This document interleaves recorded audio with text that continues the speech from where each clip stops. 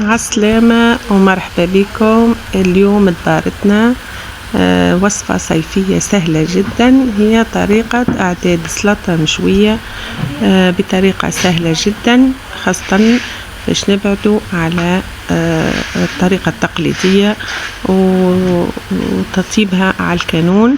باش نعملوها على طاجين الكسرة على الغاز وتجينا بنينة ياسر وفي ساعة ما تحضر. بعد غسلت الطماطم والفلفل باش نكثر من نسبة الفلفل، حطيتهم على الطاجين على الغاز، حطيت 3 كعبات طماطم ومعاهم 8 فلفل، 2 روس بصل كبار شوي قصيتهم، نقص للغاز ونخليهم يتشووا في راحتهم، بس معناها على نار هادية كي نعرفهم قريب يطيبوا. نزيد سنينات ثوم من بعد باش نخليهم يبردوا وباش نستعمل الهشوار اللي هي طريقة سهلة جدا وفي ساعة ما تحضر. ما تنسوش الضغط على زر الاعجاب والاشتراك حتى تصلكم وصفاتي. بعد لا نقشر الطماطم والفلفل نحي منهم هاك القشور باش نحطهم في الهشوار كما تشوفوا.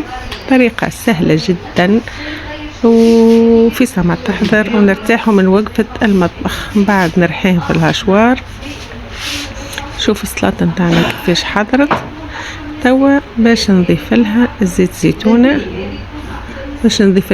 زيتونة، ومن بعد القليل من التبل الكروية وشوية ملح. هذه مكونات سلطة المشوية كما تشوفوا المنظر بركة الشهي. وصفة سهلة سريعة خاصة في فصل الصيف في ساعة ما تحضرنا وهكذا نكونوا تحصلنا على وجبة بنينة ولذيذة في أسرع وقت، والنتيجة رائعة.